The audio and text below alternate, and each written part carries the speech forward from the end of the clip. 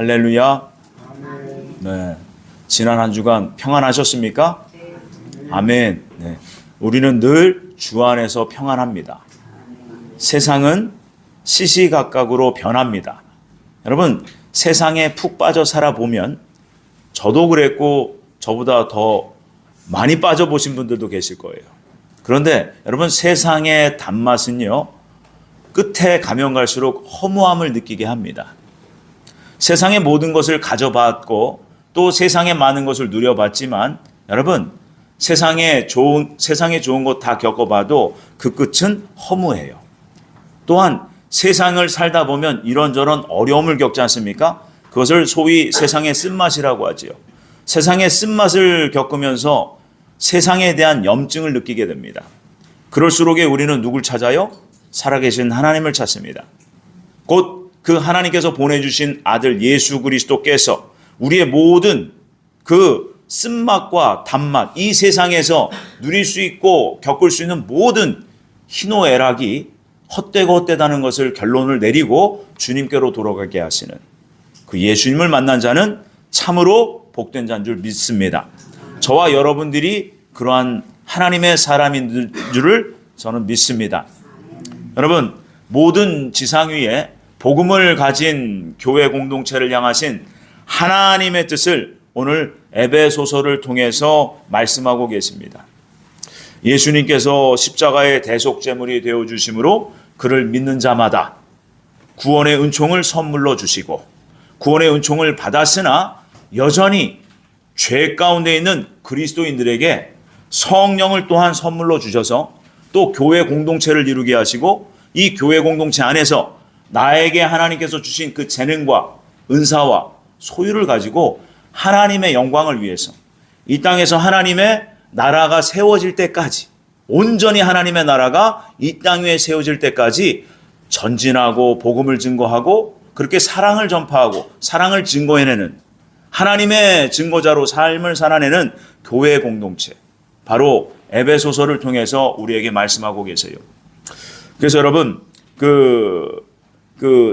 에베소서 4장까지는요, 그 교회 공동체 내에서 성도님들이 어떻게 사셔야 되는지에 대해서 말씀하고 있다면, 그 에베소서 5장 이후로 6장에는요, 하나님께서 곧 우리의 평소의 실생활, 실제 가정에서의 삶, 그리고 우리의 평상시에 사는 실생활에서 어떻게 살아야 되는지 거기에 대해서 말씀하고 있어요.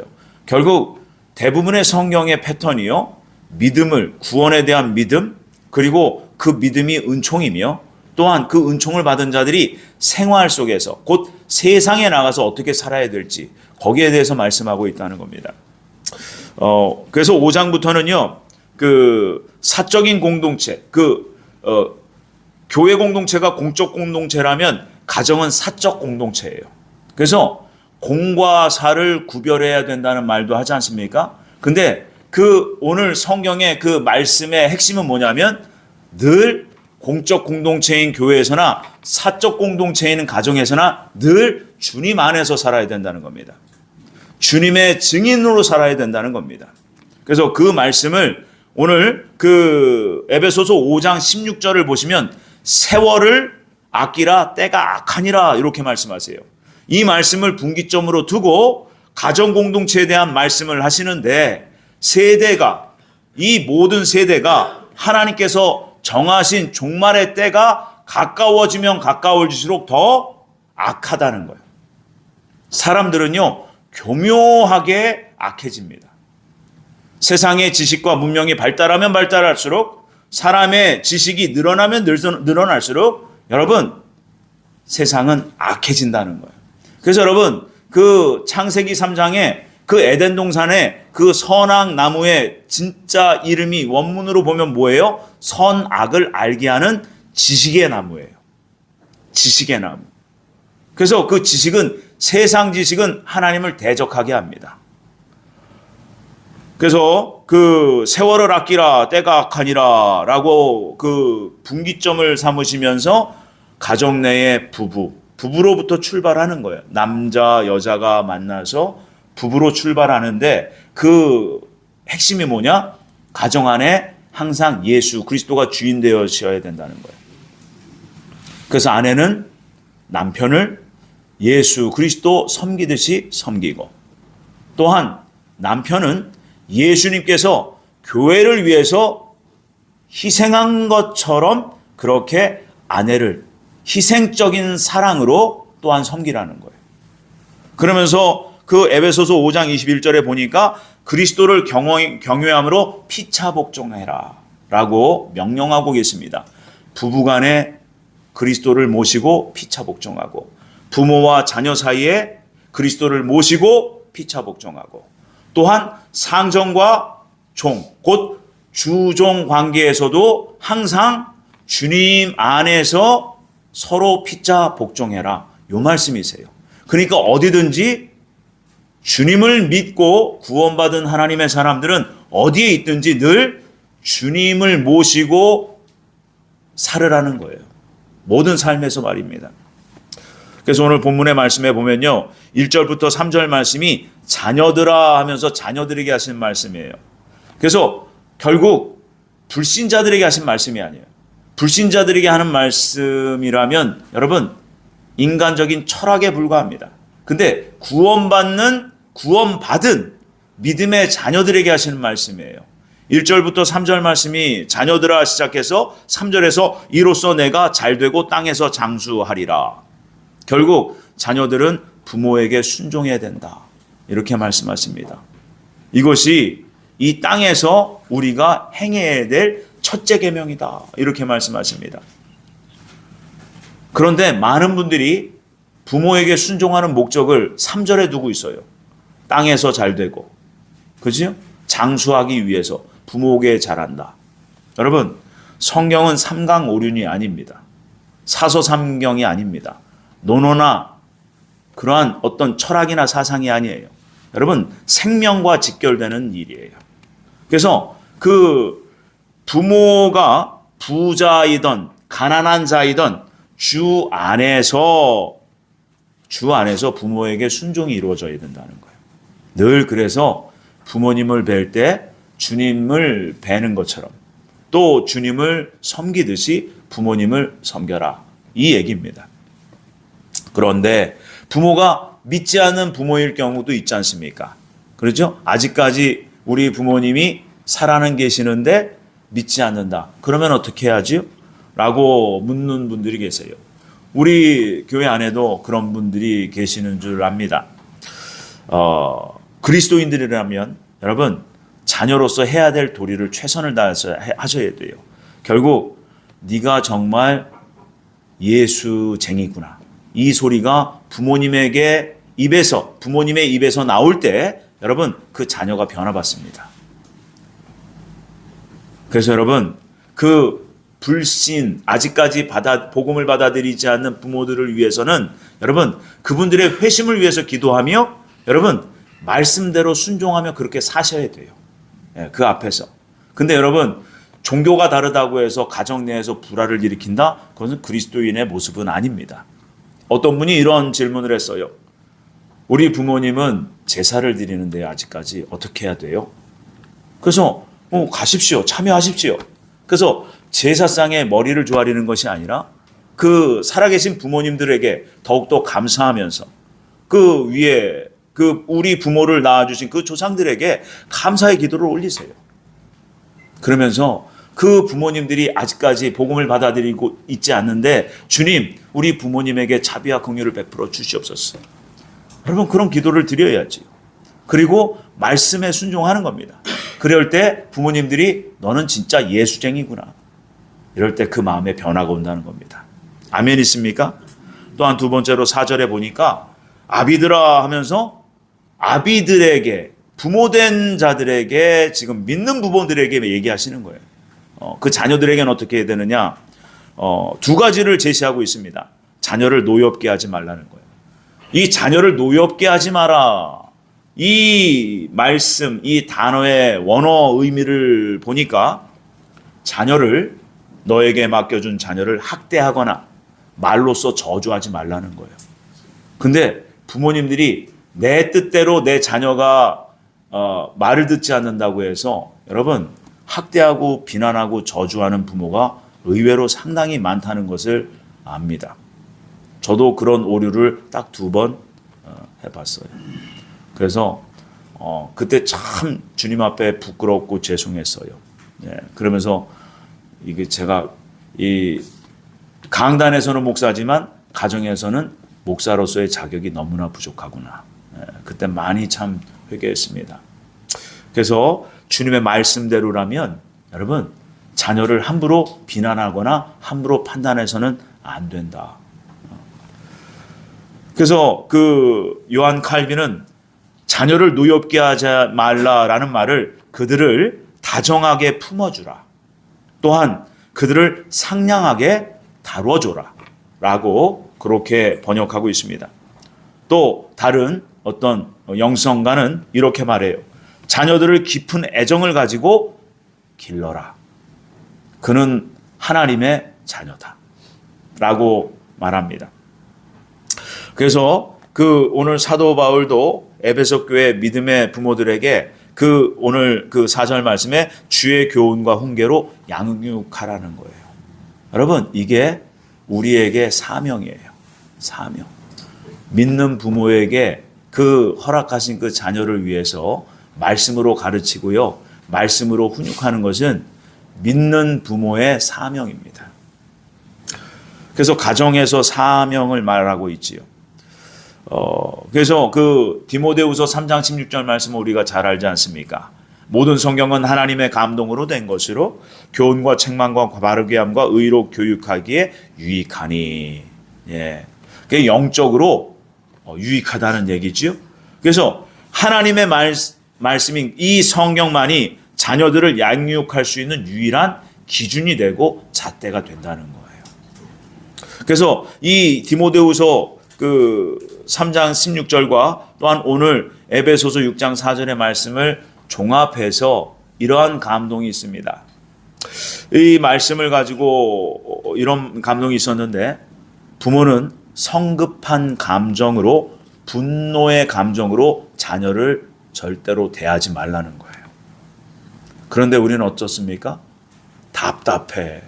왜 이렇게 말을 안 들어? 지지리도 말을 안 듣네. 그러면서 쏟아낼 것 있는 거 없는 거 다 쏟아내요. 여러분 그 자녀는 이 땅에서는 내 자녀지만 천국 가면 여러분 하나님의 소유예요. 이 땅에서부터 이미 하나님의 소유가 되었습니다. 여러분 이 땅에서 참 그 섬기기 힘든 자녀를 하나님이 주셨습니까? 오히려 감사하시기 바랍니다. 감사하시기 바랍니다. 어떤 분들은 이런 말을 해요. 너도 장가 가서 너도 시집 가서 너랑 똑같은 자식 낳아라. 여러분 그런 여러분 이제는 거기에서 탈피하시기 바랍니다. 그리스도인으로서 말입니다. 아멘 있습니까? 아멘. 그러면서 오늘 본문에 보면요. 그 세 번째로 5절부터 8절까지 종들아 하면서 말을 해요. 근데 종들에 대한 그 말이 제일 많아. 그 권면의 말씀이 제일 많습니다. 5절에 보면 육체에 상전하게 순종해라. 종들아 상전에게 순종해라. 또한 그 5절에도 보면 그리스도께 하듯 순종해라.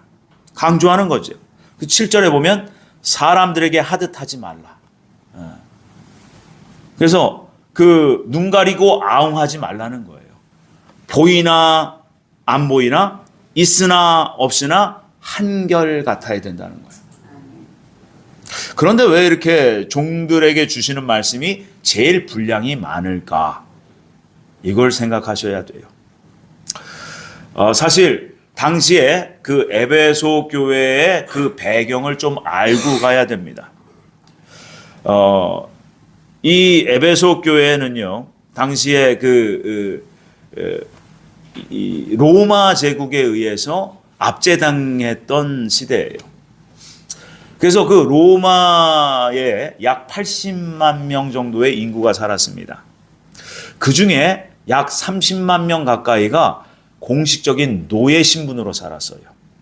그러니까 전체 도시의 3분의 1이요. 노예 제도에 의한 종으로 살았다는 겁니다. 그러니까 당연히 로마 교회 안에도 그 노예 신분으로 그렇게 하루하루 그 상전을 모시고 밥 벌어 먹고 사는 종들이 있었던 거예요. 그러니까 그 종들에게 복음이라는 그 엄청난 그 말씀, 진리가 들렸을 때 얼마나 그 말씀이 사모가 됐고 그 말씀이 평강과 위로가 됐을까 생각을 해봅니다. 그래서 사도 바울은 그 교회 안에 있는 그 노예로 살아가는 그 그리스도인들에게 특히 하고 싶은 말이 굉장히 많았던 겁니다. 그러면 우리는 그 로마 시대 사람도 아닌데 이 말씀을 우리에게 어떻게 적용해야 되나요? 여러분 꼭 기억하십시오. 상전으로 사는 것보다 종으로 사는 것이 주님 안에서 안전합니다. 그런데 다 세상에서요, 부자가 되고 싶고요, 권력을 가지고 싶고요, 왕이 되고 싶은 거예요. 그래서 세상이 어지럽습니다. 나에게 주어진 이 세상 권력을 놓치고 싶지 않아서 악다구니를 써가면서 여러분 물불을 안 가려요. 이게 여러분 타락한 인간의 실제 상황입니다. 이것을 타락한 인간의 본성이라고 해요. 사람은요, 세상에서 평안을 누리길 원하고요.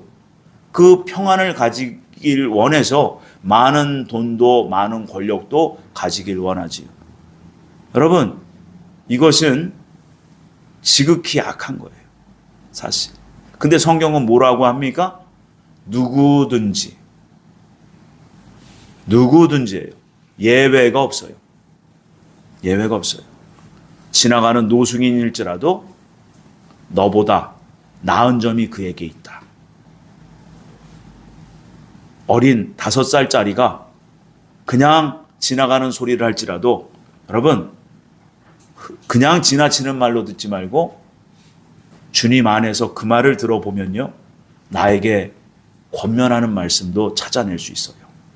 그래서 여러분 성도는요 이 세상을 살아갈 때 늘 귀를 열되 세상의 소리에 귀를 여는 것이 아니라 주님 안에서 누구에게든지 주님의 말씀을 드리려 하는 그러한 사모하는 자세로 사셔야 돼요. 하물며 거룩한 안식일에 그 강단에서 선포되는 말씀이야 두말할 필요가 없지요. 여러분 그래서 종으로 사는 삶이 가장 안전한 겁니다. 왜 한국 교회가 이렇게 어지럽고 세속적이 됐을까요? 강단에 주님께서 세워주신 목회자들이 진정한 종이 되지 않아서 그래요. 예. 교회에서 가장 종되어야 될 사람이 누굽니까? 강단을 맡은 자예요. 그래서 저는 감히 그런 얘기를 해요. 모든 성도님들 가운데 가장 가난한 자가 목사가 돼야 돼요. 가장 소유가 없어야 돼요. 그래야 주님을 온전히 따를 수 있습니다. 근데 목사라는 직분을 받았으면 그 목사직은요 직업이 아니에요. 예. 돈이나 벌어먹으려고 목사한다면 더 이상 목사가 아닙니다. 그런데 이 시대는 그런 목사가 너무 많아요. 네, 실제로. 예. 밥 먹고 살려고 목사한다는 것은 정말 크게 잘못된 얘기지. 그래서 종은 어떠해야 되느냐? 그 로마 시대의 그 교회 안에 있는 그 노예로 살아가고 종으로 살아가는 그 어찌 보면 비참한 인생일 수도 있어요. 그런데 그 비참한 인생들에게 사도 바울이 5절 말씀을 보면 두렵고 떨림으로 상전을 모셔라. 이렇게 말씀합니다. 왜 예수님께서 이 땅에 처음 오셨을 때 복음을 전하면서 공생의 시절 그 기간에 왜 가난하고 천하고 왜 세상에서 소외된 자들 병들고 세상에서 소망 없는 사람들을 왜 찾아가셨을까? 여러분 그들에게 훨씬 더 기회가 많은 거예요 사실. 그래서 골로새서 3장 22절에도 보면요. 종들아 모든 일에 육신의 상전들에게 순종하되 사람을 기쁘게 하는 자와 같이 눈가림만 하지 말고 오직 주를 두려워하여 성실한 마음으로 하라. 여러분, 이것은 내가 이 땅에서 잘 살기 위해, 안전하게 살기 위해서가 아니에요. 여러분, 이것이 신앙 훈련입니다. 하나님은요, 은밀한 중에 보고 계시다는 것을 아셔야 돼요. 어디에서든지. 그래서 주님이 하나님께서 이런 말씀을 하시잖아요. 내가 너를 골방에서 만나 주리라. 그래서 여러분, 내게 속한 어떤 그런 공동체, 단체가 있다면 거기에서 여러분 항상 낮은 자리를 선호하셔야 됩니다. 남들이 하기 싫어하는 일을 여러분 앞장서서 은밀한 중에 행해 보세요. 그 마음에 우리 안에 성령님께서 기뻐하십니다. 왜요? 하나님이 보고 계시거든요. 그래서 그 상전을 모실 때 주님을 모시듯이 그렇게 성실한 마음으로 모셔라. 그가 보든 보지 않든 한결같이. 그래서 그 세상에서 일을 하잖아요. 그 어떤 목사님과도 이런 대화를 했는데, 목사는 새벽에도 강단에 있어야 돼. 수요일도 강단에 있어야 돼. 매일매일 교회에 있어야 되고 강단을 지켜야 되는 그 직을 받았잖아요. 여러분, 이것이 은총이에요, 사실. 근데 그 성도님들은 세상에 나가서 또 이렇게 저렇게 부딪히고 세상의 소리를 들어야 되고 세상에서 세속적인 사람들을 만나고 그러면서 어떨 때는 갈등과 불화를 겪게도 되잖아요. 그럼에도 불구하고 그 믿음, 신앙을 지킨다는 것, 여러분 대단한 믿음이에요. 그래서 웬만한 목사님들보다 어떤 성도님들은 훨씬 더 영적으로 나은 분들이 많다는 거예요. 그래서 여러분, 세상의 법과 또 하나님의 법이 충돌할 때 우리는 어떻게 해야 되느냐? 당연히 지식적으로는 알아요. 네, 하나님의 법을 따라야 된다는 것을. 그래서 하나님께서는 2020년도에 전 세계 테스트, 시험 문제를 내셨지요. 온 세상에 코로나를 통해서. 근데 한국교회는 보기 좋게 하나님 앞에 낙제점을 받습니다. 한국 교계의 지도자들이 정부를 찾아가서 스스로 교회의 문을 닫겠습니다. 세상법과 하나님의 법이 있어요. 여러분, 목회자가 영적인 어둠에 쌓이면, 영적인 어둠에 들어가면, 영적인 어둠에 빠져버리면 이 시대가 분별이 안 되고 지금 예배를 해야 될 때인지 하지 말아야 될 때인지를 분별이 안 되는 거예요. 그러니까 예배의 주인이 하나님, 삼위일체 하나님, 전능하신 하나님, 온 우주 만물을 창조하신 하나님이 그 사람에게는 되어 있지 않았다는 거예요. 그런데 왜 그분들이 왜 예수님을 못 만났기 때문에 그랬을까요? 구원을 받지 못했기 때문에 목사님들이 그랬을까요? 아니에요. 여러분, 그래도 주님께서 명령하셨잖아. 서로 사랑하라고. 그래서 불신자들을 사랑하는 교회가 돼야 되니까 교회가 먼저 모범되어서 모이지 마라. 이 명령에, 정부의 명령에 우리가 따라야지. 그래서 예배까지 폐하는 일이 있었습니다. 히브리서 10장 25절에 보면요. 그 예배를 폐하는, 모이기를 폐하는 어떤 자들의 습관과 같이 하지 말고 그날이 가까울수록 더욱 그리하라, 이 말씀이 있어요. 이 습관이라는 이 단어가요, 법이라는 단어입니다. 헬라어로. 그러니까 모이지 못하게 하는, 하나님 앞에 예배하지 못하게 하는 그 법이 발동될 때 너희는 그날을 바라볼수록, 그날이 어떤 날이에요? 주님의 오실 날이에요. 많은 목회자들이, 많은 그리스도인들이 주님이 오실 때가 가깝다, 심히도 가깝다, 이 세대가 종말 중에 종말이다 라고 말을 하면서 그날을 준비하지 않아요. 그러니까 먼저 눈에 보이는 세상법이 보이는 겁니다. 여러분, 얼마든지 하나님 앞에 예배하면서 여러분 그 세상법에도 저촉되지 않으면서 예배할 수 있었어요. 그런데 그것을 스스로 내려놨던 겁니다. 그래서 여러분, 그 세상법과 하나님의 법이 충돌됐을 때, 극단의 상황에 갔을 때 어떻게 되느냐는 거예요. 예배 드리면 잡아다가 감옥에 가둬버리고 심지어 죽여버리겠다라고 하는 세상법이 발동됐을 때 저와 여러분들은 어때야 됩니까? 그래서 여러분, 시대를 분별하고 때를 알아야 돼요. 이 때를 모르면요, 다 세상법에 끌려가게 돼 있어요.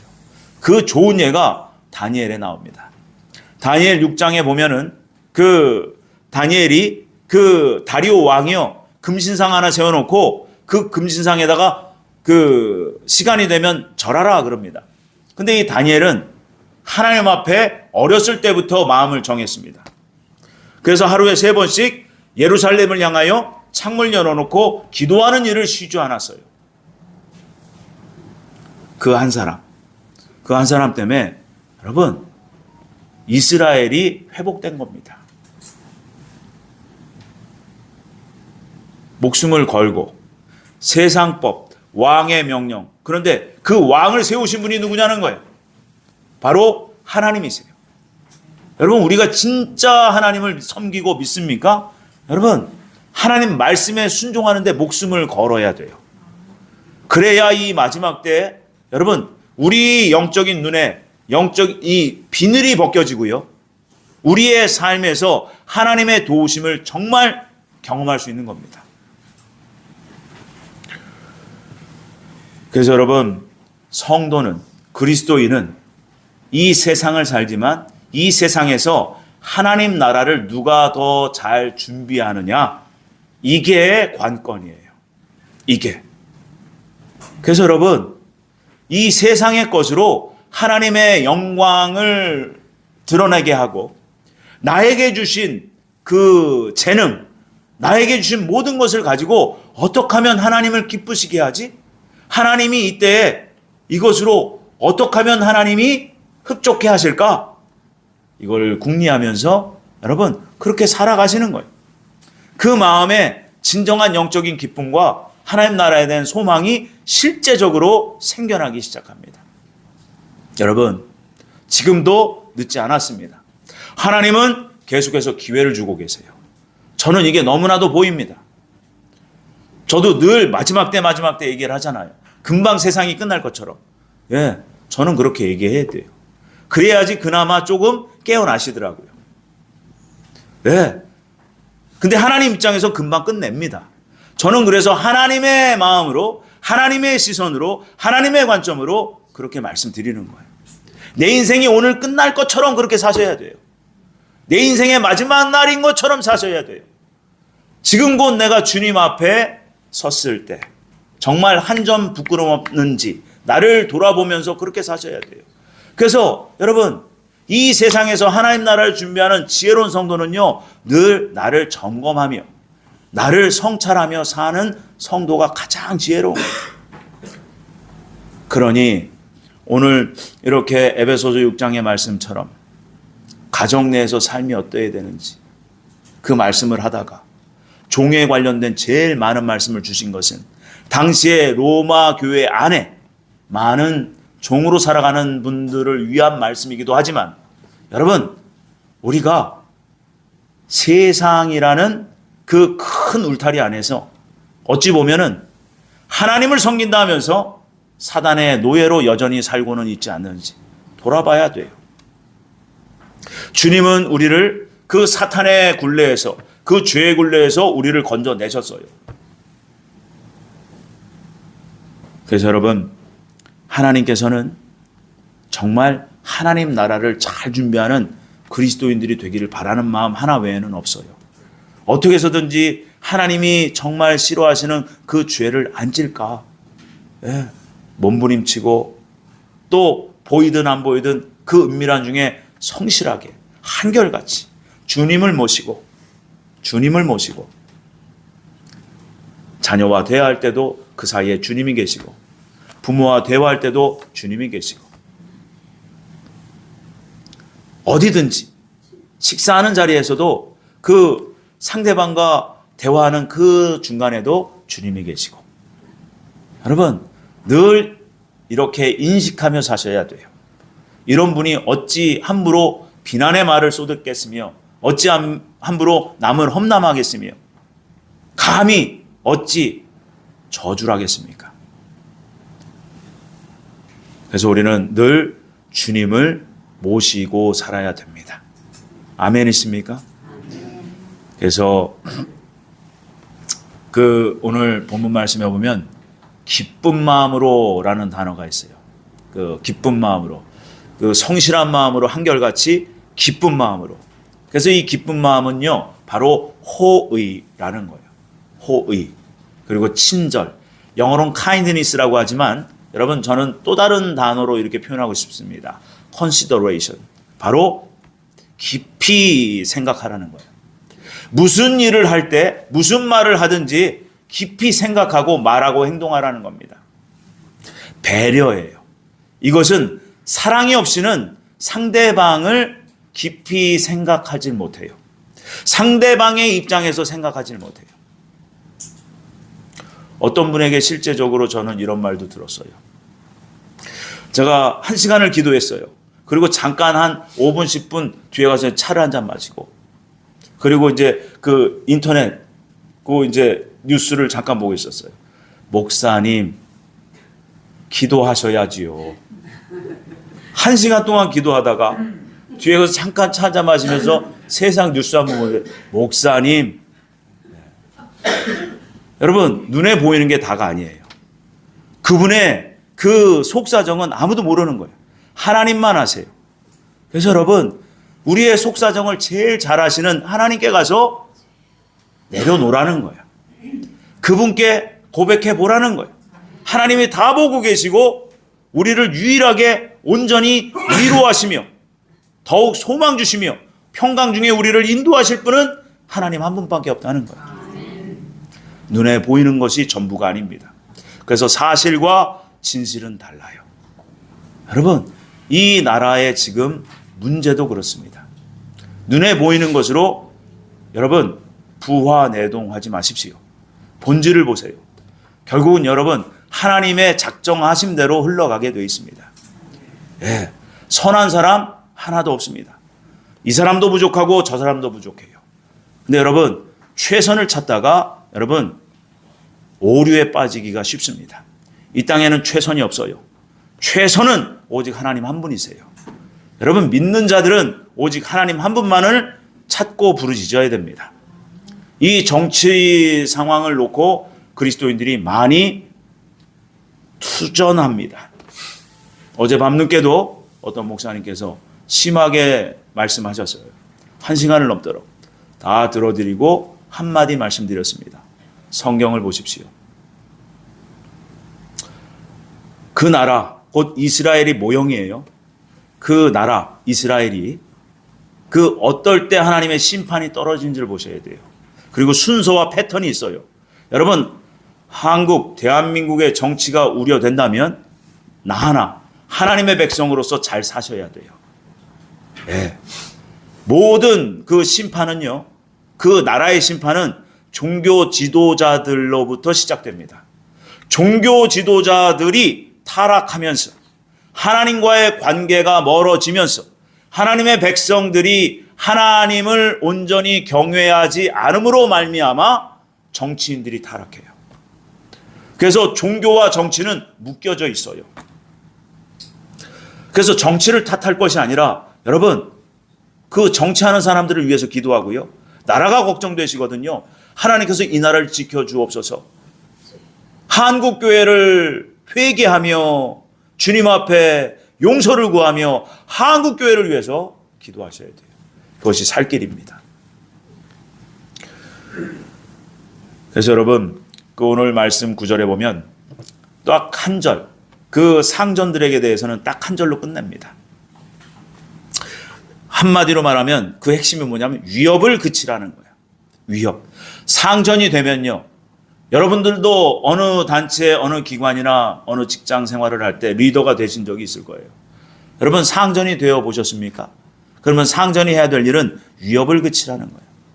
상전이 된다는 것은 곧 어떠한 책임이 부여되는데 그 권세와 권능과 함께 부여가 됩니다. 그 자리에 있는 사람은 그 아랫사람, 밑에 사람들에게 위협을 그쳐라 라고 말하는 겁니다. 그건 뭐예요? 권력을 남용하지 말라는 겁니다. 권력 남용이에요. 여러분, 이 말씀들을 전부 다 종이나 상전이나 이 모든 말씀을 나에게 적용해 봤어요. 목사는요, 종이면서도 어찌 보면 교회 리더십이에요. 마음껏 자기 마음대로 할 수 있는 직이 또 목사직이더라고요. 그래서 여러분, 이 말씀대로 살지 않으면요, 주님과의 관계가 멀어질 수밖에 없습니다. 그래서 9절 하반절에 보면 이는 그들과 너희의 상전이 하늘에 계시고 그에게는 사람을 외모로 취하는 일이 없는 줄 너희가 알미라. 여러분, 모든 분들이요, 하나님의 형상으로 지음받았다는 거예요. 우리가 함부로 판단하거나 비난하거나 판단해서는 안 되는 겁니다. 그래서 그 성경은 이렇게 말해요. 모든 사람을 긍휼히 여겨라. 그러면 네가 심판대에 섰을 때 너도 긍휼을 입으리라. 아, 저분이 저런 처지, 형편이 있을 거야. 저렇게 하시는 이유가 있을 거야. 여러분, 그렇게 긍휼을 베푸셔야 돼요. 그리할 때 하나님께서도 나에게 긍휼을 베푸신다는 거예요. 아멘 있습니까? 말씀을 정리합니다. 이 세상에서 누구의 자녀로 산다는 것, 부모로부터 보호받으며 우리의 인생은 시작됩니다. 여러분, 결국 우리의 영원한 부모님은 하나님 한 분이세요. 그래서 여러분, 항상 하나님 모시듯 부모를 섬겨라. 그분을 통해서, 하나님을 통해서 우리가 사랑받고 보호받는 존재가 되어야 됩니다. 이 세상 살면서 나를 고용한 사람에게 성실하게 일하면 그에 따른 대가를 돈으로 받지 않습니까? 주님은 우리 각자 한 사람 한 사람을 그 십자가의 사랑으로 고용하신 거예요. 그래서 여러분, 예수님의 종으로 사는 것이 가장 안전하다는 거예요.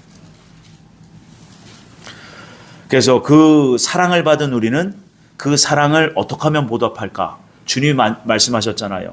내가 너희를 사랑한 것 같이 너희도 서로 사랑하라. 결국 에베소서의 그 핵심이 사랑입니다. 교회 공동체를 향하신 하나님의 말씀이 곧 사랑이에요. 아멘이십니까? 그래서 여러분, 종으로 사는 것이 너무나 귀하기 때문에 예수님께서 이런 말씀을 하셨어요. 우리 누가복음 14장 7절에서 11절 말씀인데 이 말씀 우리 함께 합독합니다. 시작. 청함을 받은 사람들이 높은 자리 택함을 보시고 그들에게 비유로 말씀하여 이르시되 내가 누구에게나 혼인잔치에 청함을 받을 때에 높은 자리에 앉지 말라. 그렇지 않으면 너보다 더 높은 사람이 청함을 받은 경우에 너와 그를 청한 자가 와서 너더러 이 사람에게 자리를 내주라 하리니 그때 내가 부끄러워 끝자리로 가게 되리라. 청함을 받았을 때에 차라리 가서 끝자리에 앉으라. 그러면 너를 청한 자가 와서 너더러 버시어 올라 앉으라 하리니 그때에 함께 앉은 모든 사람 앞에서 영광이 있으리라. 무릇 자기를 높이는 자는 낮아지고 자기를 낮추는 자는 높아지리라. 아멘. 어디에서든지 종으로 사는 사람은 안전합니다. 여러분, 특히 저는 이렇게 대형교회 목사님들이 이렇게 좀 보이들이 시작하더라고요. 여러분, 어느 교회는 목사님이 제왕이에요. 제왕적 목회를 해요. 이 땅에서 받을 것 다 받고 인정받을 것 다 받고 하나님 나라에 안전하게 갈 수 있다. 여러분, 저는 어불성설이라고 말합니다. 그래서 여러분, 섬기는 교회의 목회자들을 위해서 기도해 주셔야 돼요. 사단은요, 교회 공동체에 목회자 한 사람 쓰러뜨리면요, 그 교회가 와야 됩니다. 많은 성도님들이 실족하고 믿음에서 떠납니다. 마귀의 전략이에요. 여러분, 그래서 속지 마셔야 됩니다. 여러분, 목회자도 사람입니다. 그래서 여러분, 사람 보고 신앙생활하는 것 이제는 그치셔야 돼요. 사람에게 실족하는 일이 없을 수는 없으나 실족하게 하는 일을 하지 마라. 그리고 실족 당하는 자도 손해라는 걸 아셔야 돼요. 그래서 여러분, 오직 이 마지막 때 여러분 진리로 돌아가야 돼요. 하나님 말씀으로 돌아가셔야 돼요. 하나님 말씀 중심, 하나님 중심의 삶을 살아내셔야 됩니다. 그래서 여러분, 우리의 영원한 주인은 항상 예수님이 되셔야 됩니다. 그래서 이번 한 주간도 우리의 주인 되신, 우리를 그 지옥 형벌에서 구원해내시고 건져내신 예수님 때문에 내가 지금 이만큼 살고 있다. 이것에 감사하시면서 주님을 모시고 주님 안에서 말씀 따라, 진리 따라 경건한 삶을 살아 하나님께 영광을 돌리시는 저와 여러분들이 되시기를 예수님의 이름으로 축원을 드립니다. 아멘. 기도합니다. 사랑의 아버지 하나님, 주님은 우리가 세상에 사는 동안 누구의 아내, 누구의 남편 또는 누구의 자녀로 살아가고 또 그 자녀의 삶에서 이제는 성장해서 부모의 삶을 살게 됩니다. 주님, 우리에게 실생활에서 오직 예수님이 주인이 되고 어느 삶에 어디에 있든지 아버지 하나님 항상 예수님을 모시는 그러한 지혜로운 하나님의 사람들 저희 모두가 될 수 있도록 은총을 베풀어 주시옵소서. 오직 감사하고 예수님의 이름으로 기도 올렸습니다. 아멘.